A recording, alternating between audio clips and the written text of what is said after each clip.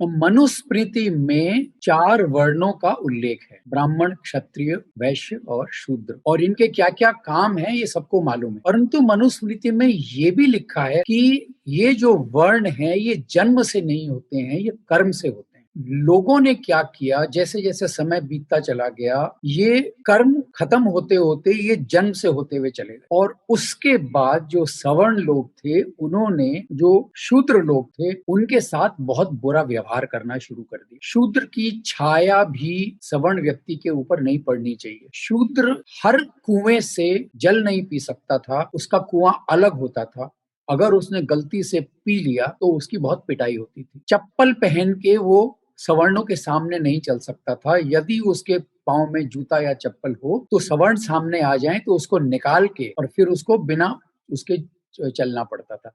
शादी विवाह में वो घोड़ी के ऊपर चढ़ के नहीं जा सकता, उसको पैदल ही जाना पड़े। ये अनफॉर्चुनेट सर्कमस्टांसेस थे 1891 में, जब हमारे भीमराव अंबेडकर जी का जन्म हुआ। इनका ओरिजिनल नाम था अंबा वाडेकर, भीमराव अंबा वाडेकर। इनके स्कूल में एक टीचर हुआ करते थे, क्योंकि ये पढ़ाई में बहुत अच्छे थे तो उनको इनके प्रति बहुत सिंपथी थी। उनका नाम था अंबेडकर, तो उन्होंने स्कूल में इस बच्चे का नाम अंबा वाडेकर से अंबेडकर कर दिया, और फिर ये अंबेडकर नाम से आगे चलते रहे। उनके पिता फौज में सूबेदार थे। जब तक वो फौज में थे तब तक तो कोई तकलीफ नहीं हुई, परंतु फौज से जब वो रिटायर हो गए तो वो सतारा में उन्होंने अपना निवास बनाया। भीमराव और उनके बड़े भाई ये दोनों स्कूल गए। स्कूल में वैसा ही व्यवहार, आपको पानी पीने को नहीं मिलेगा। अगर आपको पानी पीना है तो वहां का जो स्कूल का चपड़ासी है वो लोटे से दूर से आपके मुंह में पानी डालेगा बिना आपको छुए, और यदि कोई कारण से चपड़ासी अवेलेबल नहीं है और आपको प्यास लग रही है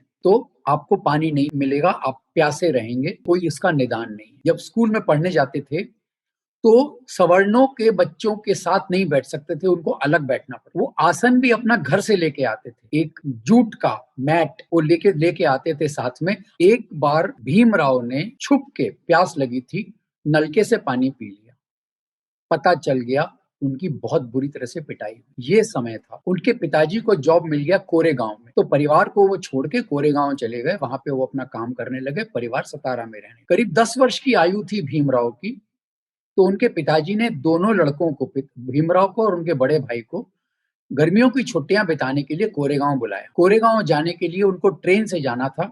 मसूर करके जगह थी, वहां पे ट्रेन उतरती थी। इन्होंने पिताजी को चिट्ठी लिख दी, हम फलानी ट्रेन से आ रहे हैं, बट इत्तेफाक से उनको चिट्ठी नहीं मिली तो वो उनको स्टेशन लेने नहीं आए। स्टेशन से कोरेगांव करीब 10 किलोमीटर दूर पड़ता था। अब वहां से जाने के लिए उनको बैलगाड़ी चाहिए थी। जब लोगों को पता चला कि ये महर जाति के लोग हैं तो सब ने मना कर दिया, बोले हम अपनी बैलगाड़ी में नहीं बैठा के ले। वहां के स्टेशन मास्टर को इन दोनों बच्चों पे दया आ गई। एक बैलगाड़ी वाहन को उन्होंने कन्विंस किया कि भैया तू लेके चला जा।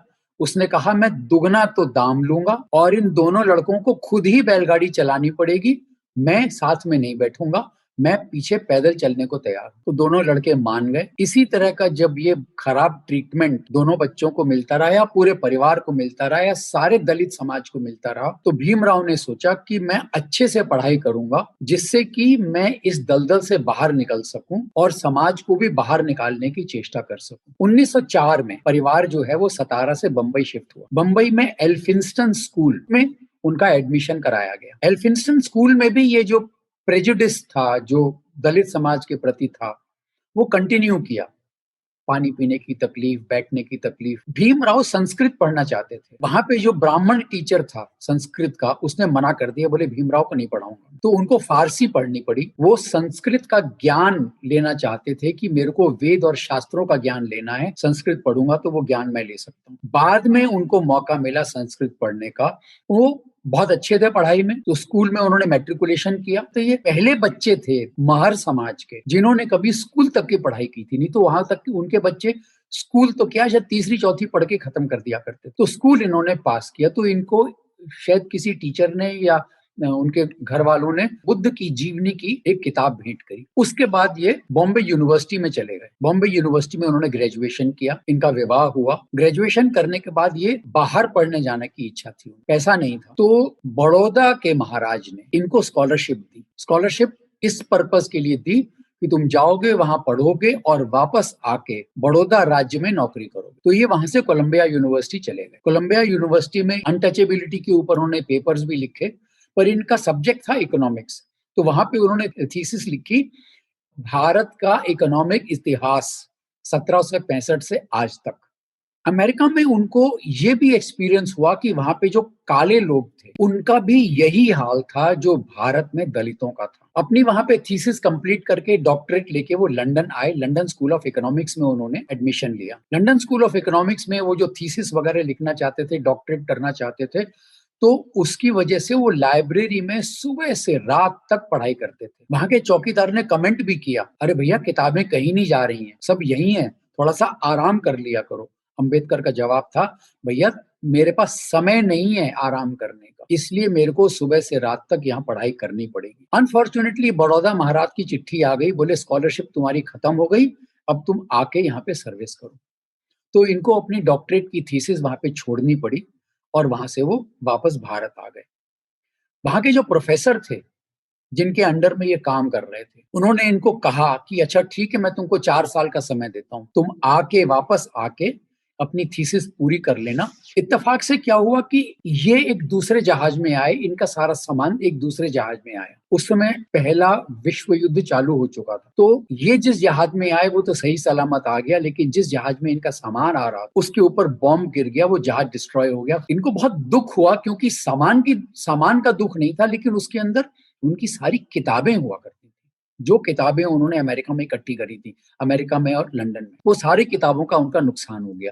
जो भी इन्होंने लिखित काम किया था उसका सारा नुकसान हो गया। अपने परिवार के साथ मिलके फिर ये बड़ौदा महाराज के चले गए वहां पे नौकरी करने के लिए। नौकरी करना शुरू करने के पहले इनको रहने के लिए जगह चाहिए। ये जहां भी जाएं इनको जगह नहीं मिले रहने के लिए। हिंदू परिवार के पास जाएं तो बोले भैया महर है, मुसलमान परिवार के पास जाएं तो बोले ये मुसलमान नहीं है, पारसियों के पास जाएं तो बोले ये पारसी नहीं है। बड़ी मुश्किल से एक पारसी परिवार ने इनको डबल दाम पे जगह दी, लेकिन वो भी एक स्टोरेज के कमरे में। बड़ौदा महाराज के यहाँ इन्होंने अपना सर्विस किया, वहां पे भी उनका सेम यही प्रॉब्लम, पानी उनको कोई पिलाने के लिए नहीं, पानी अलग से उनको पीना पड़ता था। ये ऑफिसर थे तो ये ऑफिसर्स क्लब में जाया करते थे, इनकी टेबल अलग रहा करती थी, कोई इनके साथ नहीं बैठने को तैयार था। इनका जो कटलरी थी, प्लेट और कटलरी थी, वो अलग थी। कोई हिंदू वेटर इनको सर्विस नहीं करना चाहता था, मुसलमान वेटर ही इनको सर्विस करता था। ऐसी स्थिति के अंदर इनको बहुत दिक्कत होने लगी। बहरहाल पारसी परिवार ने भी इनको बाहर निकाल दिया, बोले भैया आप नहीं रह सकते। इन्होंने कोशिश करी महाराजा से बात करके कि आप मुझे कहीं ना कहीं आप ठिकाना दे दीजिए, लेकिन महाराजा ने इसमें हेल्प नहीं किया। तो इनको बड़ौदा छोड़ के बंबई आना पड़ा। बंबई में इन्होंने सिडनहम कॉलेज में प्रोफेसर की नौकरी ले ली, लेकिन अनफॉर्चुनेटली वहां भी इनके साथ गलत तरीके का व्यवहार हुआ करता था। सिडनहम कॉलेज में जब ये पढ़ा रहे थे तो वहां पे एक और महाराजा ने इनको 2 बातों के लिए सपोर्ट किया। एक तो ये कि अनटचेबिलिटी के अगेंस्ट में जो भी इनको अवेयरनेस क्रिएट करनी है उसके लिए इनको सपोर्ट किया। दूसरा, आप दोबारा से लंदन जाओ और अपनी थीसिस को पूरी करके आप वापस आओ। तो ये वहां से दोबारा लंदन चले गए। लंदन में अपनी जब थीसिस पूरी कर रहे थे तो एक दिन मेस में खाना खा रहे थे, वहां पे एक अंग्रेज लड़के ने इनके कपड़ों के ऊपर अपना खाना फेंक दिया। वो बोला, भारतीय कुत्तों को यहाँ बैठने का अधिकार नहीं है, आप लोग सब बाहर बैठ के खाओ। अंबेडकर को बहुत बुरा लगा। उन्होंने उस अंग्रेज लड़के से माफी मंगवाई। वहां पे उन्होंने अपनी थीसिस पूरी करी, डॉक्टरेट किया, उसके बाद उन्होंने बार एट लॉ भी किया, तो इनकी बड़ी सारी डिग्री हो गई। तो डॉक्टर भीमराव अंबेडकर बहुत ही हाईली एजुकेटेड पर्सन हो गए। इन्होंने बंबई में बीए इन इकोनॉमिक्स किया, एमए इन इकोनॉमिक्स किया, फिर पीएचडी इन इकोनॉमिक्स किया, फिर एमएससी इन इकोनॉमिक्स किया, फिर डीएससी इन इकोनॉमिक्स किया और फाइनली बार एट लॉ। 5 पूरी पढ़ाई के उन्होंने दौरान 5 थीसिस लिखी। वापस आके इन्होंने अपना बहुत समय लगाया कि ये जो भी अनटचेबल समाज है इनको अवेयरनेस के लिए और इनके उत्थान के लिए वो क्या कर सकते हैं। एक उन्होंने ऑर्गेनाइजेशन शुरू करी, बहिष्कृत हितकारिणी सभा। इसका मेन पर्पस ये था कि सरकार से, ब्रिटिश सरकार से वो किस तरीके से उनको समझा के, उनको अपनी प्रॉब्लम्स बता के और उन प्रॉब्लम्स को सॉल्व करवा पाए। परंतु ब्रिटिश सरकार ने इसके ऊपर कोई काम नहीं किया, उनकी बात सुनी नहीं। ये गांवों में जाने लगे लोगों को अवेयरनेस कराने के लिए। एक गांव में उन्होंने ये कहा कि आज हम लोकल में जो मंदिर है उस मंदिर के अंदर जाएंगे। दलित समाज नदी पे गए, नहाया, नहा के जब वो अंदर जाने लगे, वहाँ पे जो सवर्ण समाज था, उन लोगों को मालूम चल गया, वो लाठी लेके आए और बहुत लड़ाई-झगड़ा की। डॉक्टर अंबेडकर को पता चला तो वो दौड़े-दौड़े आए, उन्होंने दलित समाज को समझाया, भैया हमको लॉ एंड ऑर्डर के अंदर ही रहना है, लॉ एंड ऑर्डर के बाहर नहीं जाना है, तो आज अपने छोड़ देते हैं, फिर कभी अपने इस काम को करें। तो उन्होंने मंदिर में घुसने के लिए बहुत कोशिश करी, लेकिन उनको अधिक फ़ायदा नहीं हुआ। ब्रिटिश सरकार की तरफ से उनको कुछ भी सपोर्ट नहीं मिला।